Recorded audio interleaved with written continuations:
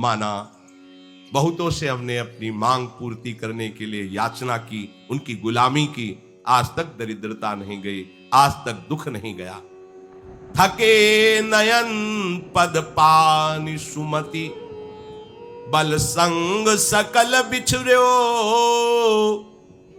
अब रघुनाथ शरण आयो, जन भव भय बिकल डर्यो। अब तो नेत्र भी कमजोर हो गए, पैर भी काम नहीं करने लगे, हाथ भी सामर्थ्यहीन हो रहे, बुद्धि भी ठीक निर्णय नहीं कर रही, सब बल गया, कोई साथी नहीं रह गया। जिस दिन ये स्थिति आएगी ना तो देख लोगे तुम, पत्नी भी मनाएगी कि भगवान तुम्हें उठा लें। स्वयं ऋषि में थे तो एक भगत जी बहुत बीमार रहते, कभी कभी उठ के आ जाते थे, दर्शन दे देते थे, भगत थे। उनकी पत्नी आए, बोले महाराज कृपा करो और उनको भगवान अब उठा लें। क्यों? क्योंकि वो तुम्हारी कामना पूर्ति करने लायक नहीं रह गया। गोस्वामी जी कह रहे नेत्र थक गए, पैर काम नहीं करते, हाथों में बल नहीं रह गया, बुद्धि निर्णय नहीं कर रही, अब कोई साथी नहीं दिखाई दे रहा, अब कोई साथी नहीं। जब तक ये काम कर रहे हैं तभी तक हाथ मिलाएंगे, और कभी कोई बात हो तो बताना, और जब ऐसी बात होगी कि हाथ मिलाने लायक नहीं रहोगे तो उस गली में कोई नहीं आएंगे, कोई नहीं देखेंगे। मान जाओ, अभी सोच कर सकते हो, अभी सेवा कर सकते हो, अभी आप अपने मन को प्रभु में लगा सकते हो, आपके पास समय है। ये समय रूपी गाड़ी निकल गई तो मन पछता ही है, अवसर बीते। समय बीत जाने पर हाथ में कुछ नहीं मिलेगा। यहां से जाने के बाद जो दुर्गति होगी, इसके बाद जो योनि मिलेगी, उसमें सत्संग नहीं मिलेगा, उसमें तुम्हें भजन करने का अधिकार नहीं मिलेगा, उसमें तुम नवीन कर्म करके परमात्मा प्राप्ति कर सको, ऐसा अवसर नहीं मिलेगा। हे हरि, मैं आपकी शरण में आया हूं, मैं डर गया इस संसार से। प्रभु अब मैं आपको रिझा सकूं, इतनी सामर्थ्य मेरे में तो नहीं है, क्योंकि जे ही गुण ते बस हो रीझ करी, सो मोहि सब बिसर्यो, तुलसीदास निज भवन द्वार, प्रभु दीजय रहन पर्यो। प्रभु बस आप अपने चरण शरण में रख लो, मैं अपनी किसी साधना से, किसी गुण से आपको रिझा पाऊं, ऐसी सामर्थ्य नहीं रह गई। हे लाडली लाल, बस वृंदावन में पड़े रहने दो, अपने दरवाजे पर पड़े रहने दो। कभी तो आप दोनों युगल सरकार जब वन विहार के लिए निकलोगे, देखोगे कौन पड़ा है, पर इतने में हमारा काम हो जाएगा। आपकी दृष्टि पड़ेगी, हम निहाल हो जाएंगे। लाडली जी की दृष्टि पड़ते ही करोड़ों मोक्षों के सुख को तिरस्कार करने वाला महाप्रेम सुख प्रकट होता है, एक दृष्टि मात्र से। इसलिए हमें भटकने का समय नहीं भाई, कि हम किसी देवता की आराधना, देवताओं से विरोध नहीं, ये आप ना समझें कि हमको ये ज्ञान नहीं है कि देवताओं का विरोध भाव पैदा हम कर रहे हैं, नहीं, हम ठिकाने पे पहुंचा रहे हैं जहां से उनको सामर्थ्य मिली है। यदि आप किसी भी देवता की आराधना करते हैं, उनसे कोई कामना ना करें, तो आपको ऊपर भेज देंगे, क्रमशः अधिकार भेजते चले जाएंगे। देवताओं से देवादिदेव, देवादिदेव से महान परम पवित्र करने वाले श्री हरि के चरणारविंद, ऐसा एक क्रम हुआ है। बाल्यावस्था में इतनी चालीसा लेकर बैठते थे मंदिर में, हनुमान बाण, हनुमान चालीसा, दुर्गा चालीसा, शिव चालीसा, कितनी चालीसा। उन सब की कृपा से नैष्ठिक ब्रह्मचर्य में प्रवेश, उससे महावाक्य, उसके बाद सन्यास, भगवान शिव की अनन्य निष्ठा, और उनकी कृपा से वृंदावन बिहारिणी बिहारी देखा, क्रमशः अधिकारी अधिकार से पहुंचा दिए। पर ये कोई कामना नहीं थी, बच्चा थे कोई, ये पूर्व की भगवत प्रेरणा, बस ऐसे स्वाभाविक निष्कामति से हो रहा था। उन्हीं चालीसाओं का प्रभाव हुआ है। संसार क्या है, कौन है मेरा इस संसार, ये प्रश्न जागृत करना, ये उन्हीं की बात थी। किसी भी देवता की आराधना निष्काम भाव से करो तो उनमें भगवान ही विराजमान है, वो क्रमशः आपको ऊपर उठाते चले जाएंगे। पर यदि कामना की तो उतनी ही केवल पूर्ति होगी, कामना की आपका परम कल्याण नहीं हो सकता। कोई ये जैसे कहे कि देवता क्यों नहीं परम कल्याण कर सकते, तो सबसे बड़ी बात है कि एक तो उनमें सामर्थ्य नहीं, और दूसरी बात यह है कि कल्याण कोई आशीर्वाद नहीं होता। जो कल्याण शब्द है वो कोई मिठाई नहीं है कि 100 ग्राम मिठाई ये लो आशीर्वाद, या कोई सेव संतरा, या कोई हाथ धर देना, पांव रख देना, ये सब बातें नहीं। कल्याण इसे नहीं कहते, ध्यान रखना। कल्याण का तात्पर्य है जीव का शरीर राग नष्ट होकर अपने स्वरूप में स्थित हो जाना। ये किसी देवता की आराधना से नहीं होता। पक्की बात समझो, कल्याण का जो मंगल का जो भगवत प्राप्ति का स्वरूप है, इन देहों के राग से मुक्त हो जाना है। और जितनी भी आराधना की जाती देहों को लेकर की जाती है, इसलिए मोक्ष पदवी या कल्याण पदवी या परम पदवी इसीलिए दुर्लभ कही गई है कि इस रास्ते को कोई समझ नहीं रहा। गोस्वामी जी कह रहे, हे हरि यह भ्रम की अधिकाई, देखत सुनत कहत समुझत, संदेह संशय न जाई। ये कठिन बात है। यहां आकर के सब सिस्टम सबके रुक जाते हैं, सब दौड़ भाग। ये जब तक बात समझ में नहीं आएगी तब तक हम भागते ही रहेंगे, चाहे जितना सुन लो, चाहे जितना उपदेश दे लो। ऐसा भी है, खूब चमका के शरीर को रखना, शरीर में राग रखना, ये साफा, ये टोपी, ये सिस्टम, ये एकदम सेटिंग फिटिंग, और रिझाना देह और देह संबंधी देहाभिमानियों को। क्या मिलेगा भाई? वाह वाह, रुपया पैसा, जय हो, लेकिन ग्रंथि का भेदन करने की सामर्थ्य तुम्हारे नहीं। वाह वाह तो तब है जब जड़ चेतन की ग्रंथ का भेदन कर लिया। अब वाह, अब वाह। और ये बोलने वाला कोई परमहंसी होता है। एक बार एक महात्मा प्रवचन करे तो सबने तालियां बजा दी, तो रोने लगे। वो महाराज रोने काहे को लगे? बोले तालियां बजा दी इसने। क्यों? बोले हमारे उपदेश सुनकर इनको उदासीनता नहीं आई, इनको हर्ष हो रहा है। अरे इनको रोना चाहिए कि मैं जगत में फंसा हुआ हूं, आज सिद्धांत मिला, पहले मिलता तो कितनी जल्दी मैं भगवान को प्राप्त कर। ये उदासीन नहीं हुए, खिन्न नहीं हुए, तालियां बजा दी। इसका मतलब है इन्होंने हमारी बात नहीं समझा, मतलब है कि हमारा बोलना व्यर्थ चला गया। क्योंकि ये तालियां बजाने का मतलब हो गया तुम्हारा खेल ना। उन्होंने तालियां बजेगी, आग लग जाएगी हृदय में जब संत उपदेश सुनोगे कि ओहो मैंने अपना समय इतना बर्बाद कर दिया, तो तुम्हें तालियां बजाना आएगा।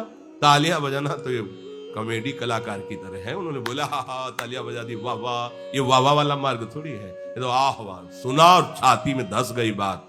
अब बस वही छा गया, कैसे प्रभु मिले, कैसे मिले। हे नाथ, जब से तुम बिछड़े हो आज तक मैंने मार्ग नहीं पाया, अब मार्ग मिला, समय नहीं रह गया। हे नाथ, अब तो कृपा, व्याकुलता पैदा हो जाए।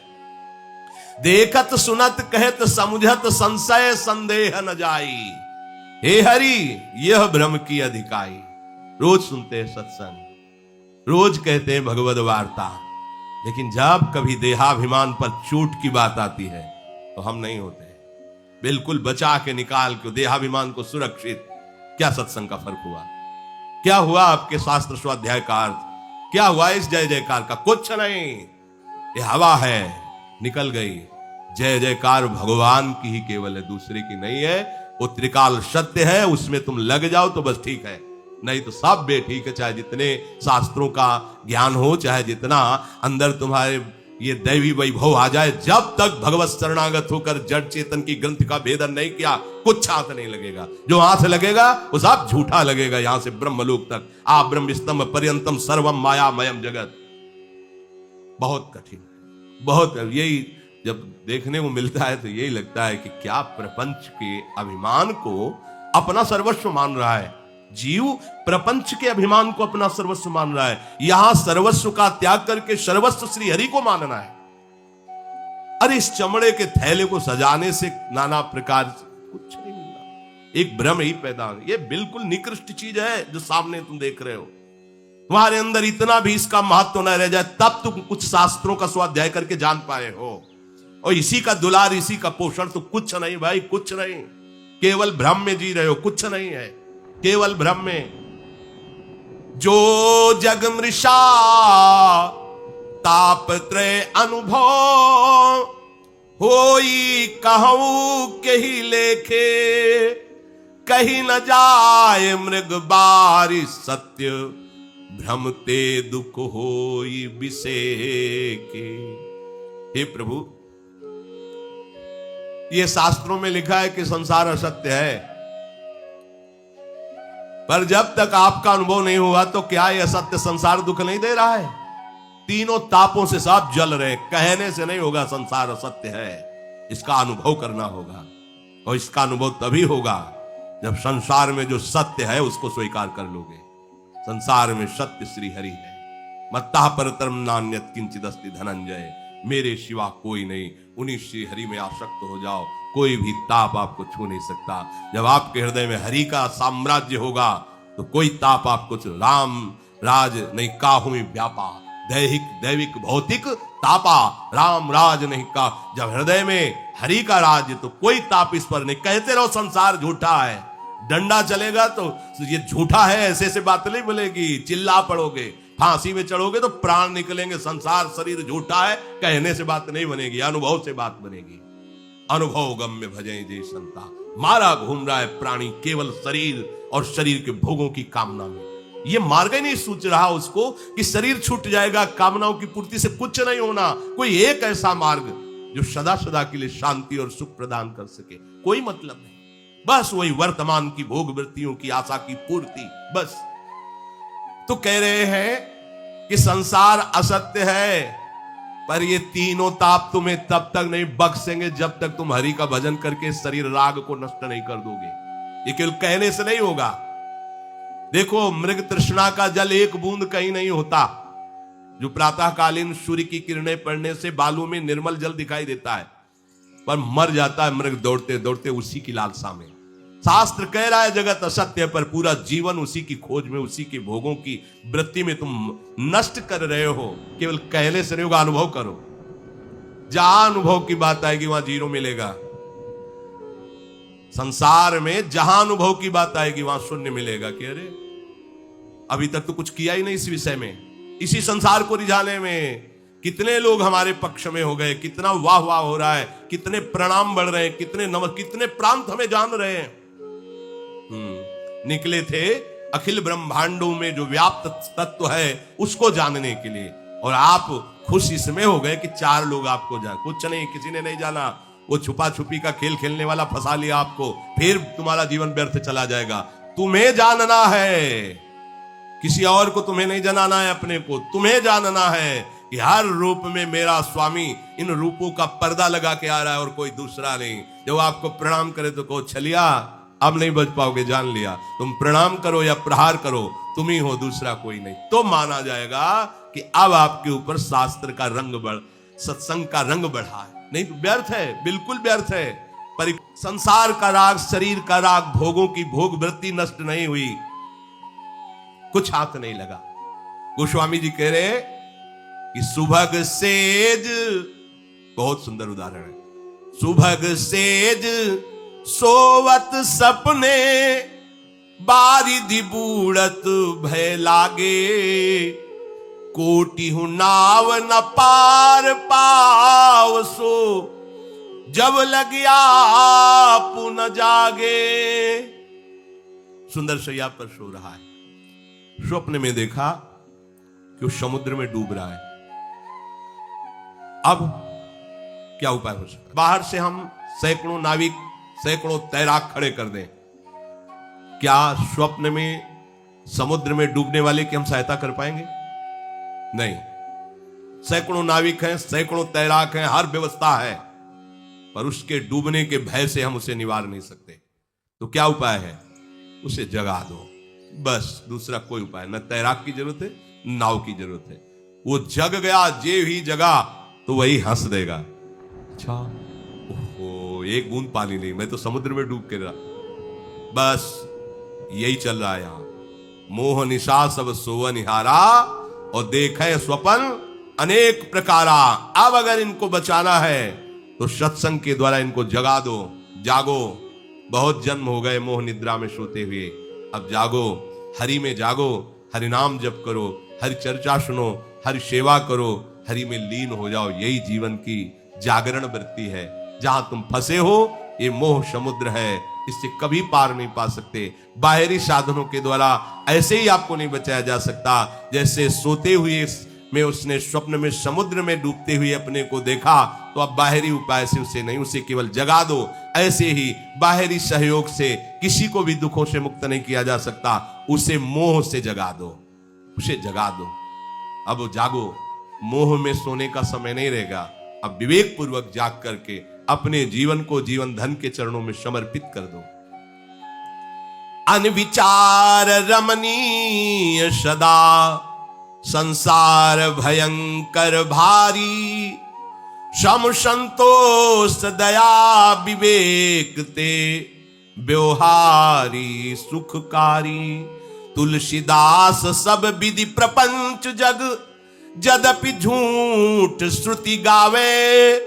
रघुपति भगति संत संगति बिनु, को भव त्रास न सावे। हे हरि यह ब्रह्म की अधिकाई। जब तक भगवत आराधन नहीं करोगे तुम्हारे अंदर अच्छे विचार नहीं आएंगे, बस ये असत विचार तुम्हें बहाते लेते चले जाएंगे। अनविचार के कारण ही ये संसार सुखद और रमणीय लगता है। बुद्धि ठीक नहीं है। अगर संसार आपको अच्छा लगता है, इसके भोग अच्छे लगते हैं, यहां जीना अच्छा लगता है, यहां प्रियता बढ़ रही है, तो अज्ञान के कारण बढ़ रही। पक्की बात समझो। अगर कभी साधु संग भी प्राप्त होता है तो ये मांगते हैं कि हमारा पद जो है इससे और बड़ा पद हमें प्राप्त हो जाए, हम जितने अहम में हैं इससे और बड़ा अहंकार हमको प्राप्त हो जाए। अरे भाई, अगर बड़े ही बनना है तो इतने बड़े बनो कि तुमसे बड़ा कोई रह ही ना जाए। वो है भगवान बनना, भगवान बनना। तुम भगवान के अंश हो, अपने अंशी में लीन हो जाओ। तो जैसे गीध देह तज धरि हरि रूपा, हरि रूप प्राप्त करके परम धाम जा रहा है, ऐसे तुम भी भगवान का रूप धारण करके भगवान के धाम को चले जाओगे। नारायण नर बन सकते हैं तो नर भी नारायण बन सकता है। सीढ़ी बन गई है, जिस सीढ़ी से उतर के आए हैं उसी सीढ़ी से चढ़ा भी जा सकता है। और ये भजन नसेनी प्रेम की, उस ऊंचाई पर चढ़ने के लिए भजन रूपी नसेनी। खूब नाम जप करो, खूब प्रभु को बार बार आर्त हृदय से पुकारो। ये भयंकर दुखदाई संसार उसी को प्यारा लगता है जिसके जीवन में सत्संग का रंग नहीं है, भजन नहीं है। जब आप सत्संग करेंगे तो आपके हृदय में क्षमता आने लगेगी, संतोष आने लगेगा, दया आने लगेगी, विवेक आने लगेगा, और ये व्यवहार नहीं रह जाएगा, ये परमार्थ हो जाएगा। ये दुखद संसार दुखद नहीं रह जाएगा, दसों दिशाएं आनंदमयी हो जाएंगी, क्योंकि आपके अंदर भगवद विचार आने लगे, भगवद आश्रय। इसी से क्षमता आ गई, संतोष आ गया, विवेक आ गया। अब क्षमतावान, संतोषवान, विवेकवान को सारा जगत मंगलमय हरि रूप दिखाई देता है, उसे कहीं कोई भय विषाद नहीं मिलता। गोस्वामी जी कह रहे हैं ये प्रपंच ऐसे फसाव वाला है कि इससे तब तक निकला नहीं जा सकता जब तक प्रभु की भक्ति नहीं होगी। प्रभु की भक्ति कब मिलेगी? बोले जब संत संग मिलेगा, इसके बिना कोई भी उपाय नहीं है। हमें लगता है कि जिनको जहां भी सत्संग मिलता है भगवान ने उनको पसंद कर लिया है। देखो, अब आप अपनी तरफ से सावधान हो जाओ। यदि आपको सत्संग मिला है तो हरि कृपा आपको प्राप्त हो गई। सत्संग सब जो असत चिंताएं हैं, असत विचार हैं, असत संबंध, इन पर प्रहार करता है। रोज आप प्रहार होता है। इतनी मजबूत ग्रंथि को जब रोज थोड़ा थोड़ा काटोगे तो एक दिन कटी जाएगी। सत्संग बढ़िया तलवार है। अगर आप ध्यान पूर्वक, एकाग्रता पूर्वक सत्संग सुने तो बाहर और भीतर दोनों से बंधन मुक्त कर देगा। चलते रहो, केवल सुनते रहो। एकांतिक साधना तभी वास्तविक जागृत होती जब हम शरीर और संसार के राग से शून्य हो जाते हैं। तो भरी बाजार में वो परमात्मा कार वृत्ति से युक्त हो सकता है, और एकांत कमरे में बैठे माला घुमाओगे और वासना बढ़ेगी, हो जाता है ना। ऐसे ही हरि के भक्त हो, हाँ, गवाही गुरुदेव, प्रॉपर्टी दंपत संपत्ति पाइए, सीधी बात है। ये मार्ग सीधा। अच्छा, दूसरा भाव गोदनामा, वो हमारा लड़का नहीं पर हमने ले लिया गोद, और 4 गवाही हो गए, और उसने ईमानदारी से मान लिया मेरे पिता, हो गई संपत्ति। तो हम तो प्रभु के ही हैं, कोई गोदनामा वाले थोड़ी हैं, उन्हीं के बच्चे हैं। ममई वांशो, बस हम प्रभु के हो जाए, ये ठसक आ जाए। ये ठसक नहीं आती। देखो, बहुत हम सूक्ष्म बात अंदर की कहते हैं। प्रभु के मार्ग में भी चलने पर प्रभु का भरोसा नहीं होता, अपनी क्रियाओं का भरोसा होता है। ये हम अंदर की बात बहुत सूक्ष्म पकड़ के कह रहे हैं। साधन में चलने पर जो देहाभिमान है वो प्रभु का भरोसा नहीं लेता, वो उन क्रियाओं का भरोसा लेता है। मैं 3 बार गंगा जी रोज नहाता हूं, मैं ऐसा करता हूं, मैं ऐसा करता हूं, इसका फल होगा कि मैं भगवान को प्राप्त कर लूंगा।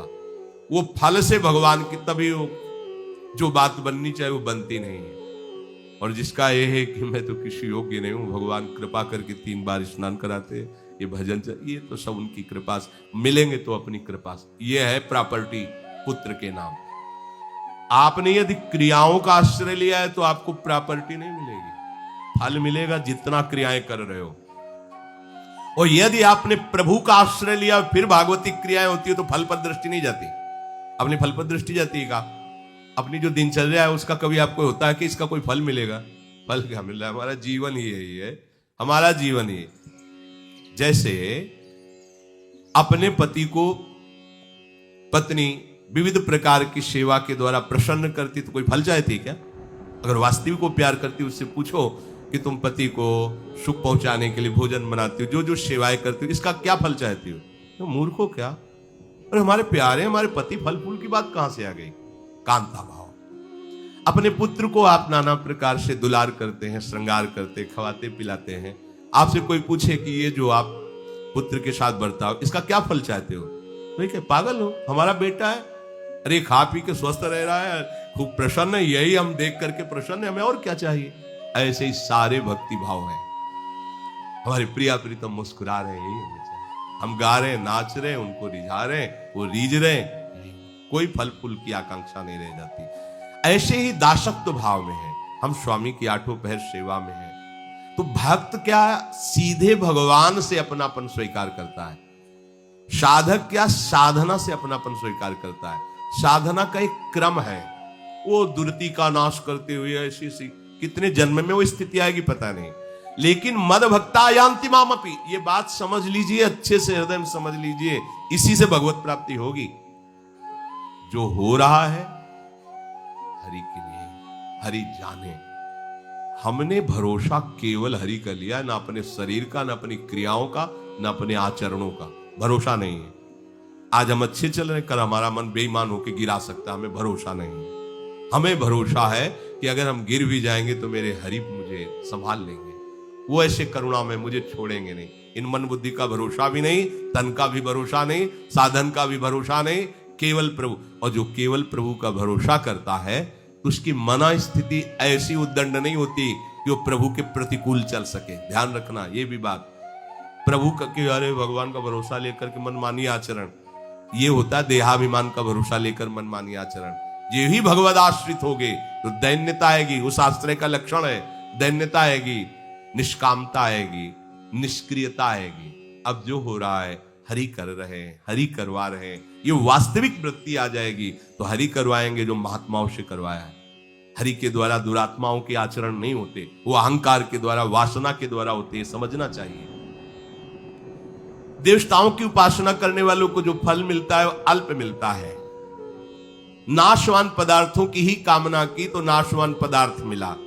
हाँ, बहुत कोई देवता प्रसन्न हो गया तो अपने लोक को ले गया, जिसे भगवान कहते हैं देवताओं का पूजन करने वाले देवलोक को प्राप्त होते हैं। और जो देवलोक को तो क्षीणे पुण्य मृत्युलोके वसंती, पुनः आकर के फिर यही मृत्युलोक में मरना होता है। उपाय बना नहीं। भगवान कह रहे हैं मद भक्ता यान्ति मामपि, जो केवल मेरा आश्रय ले लेते हैं, मेरा भजन करते हैं, चाहे वो रुपए के लिए, चाहे वो संपत्ति या संकट निवृत्ति, बड़े मालिक हैं और हमारे हैं, हमें जो चाहिए प्रभु से चाहिए। ऐसा भाव रख करके प्रभु के चरण शरण में आ जाओगे तो भी आपको भगवत प्राप्ति हो जाएगी। और कहीं ये भाव लेकर के आ गए कि मुझे कुछ नहीं चाहिए, मुझे आज प्रभु से मिलना है, तो फिर रखियो ताई प्राण की नाई। भगवान कितना प्यार करेंगे आपको, आप देख लेना। जीव कैसे भी आचरण वाला क्यों न हो, ये छूट केवल यही बात आती है। दुराचारी से दुराचारी क्यों न हो, वो भगवान का अंश है।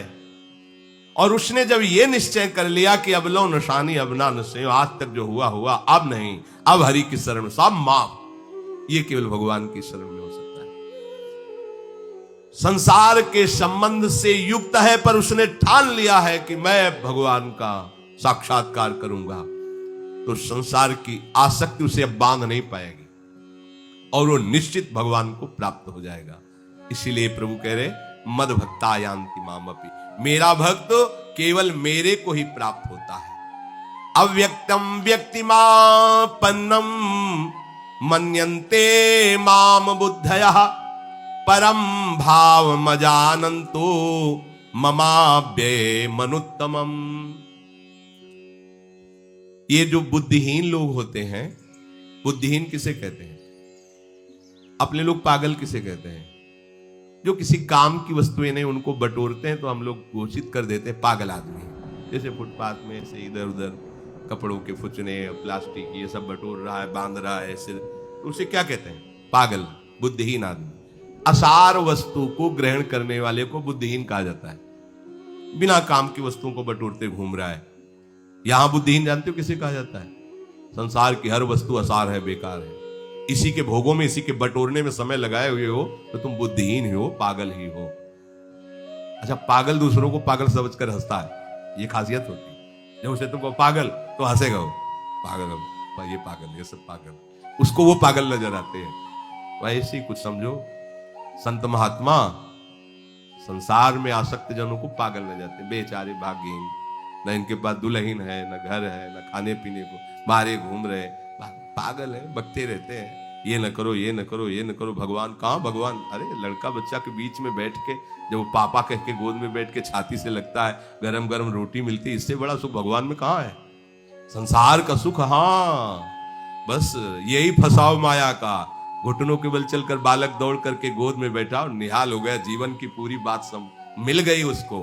पत्नी ने मुस्कुरा के गरम गरम दाल रोटी, एक चम्मच घी, बस उसको लगा ब्रह्मानंदम परम सुखदम, परम सुख की अनुभूति। पर ये भैया कुछ क्षण के लिए है, क्योंकि उनमें भगवान प्रकाशित इसलिए ऐसा है, जहां भगवान अंतर्ध्यान हुए तो फिर तुम छाती पीटोगे कि वो लड़का और वो पत्नी, सब में भगवान, जो सुख मिल रहा है वो भगवान है अंदर, सच्चिदानंद स्फुरित हो रहे। तो पत्नी पत्नी प्यारी लग रही, पुत्र पुत्र प्यारा लग रहा है, हर वस्तु प्यारी लग रही। और जहां भगवान अंतर्ध्यान तो अपने हाथ से ऐसे दिया सलाई लगा दोगे उसी पत्नी के शरीर में, क्योंकि मुर्दा हो जाने पर क्या करोगे? ज्यादा दिन रख नहीं पाओगे।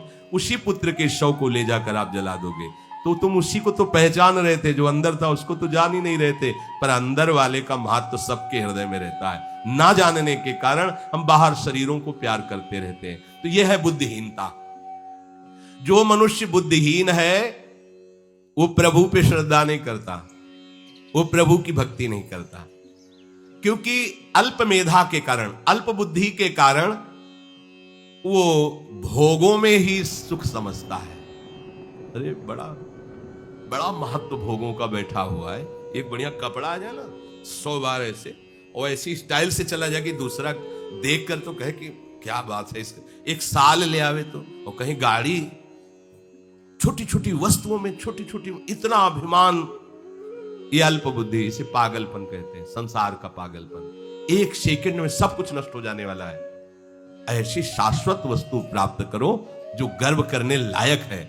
पर खास बात यह कि जब वो वस्तु प्राप्त होती तो गर्व नहीं रह जाता, और जब तक गर्व रहता है तब तक वो वस्तु प्राप्त नहीं होती, और वो वस्तु प्राप्त हो जाने पर लौकिक गर्व नहीं रहता। ये अल्प बुद्धि वाले, अगर उनसे प्रभु की भी वार्ता करो तो उनको सुहाती नहीं है, काट करके बस वो यही, बस आप आशीर्वाद दे दीजिए, बस वो काट देंगे। उनको प्रभु अच्छे नहीं लगते, प्रभु की वार्ता अच्छी नहीं लगती। क्या करना है प्रभु से मिलके?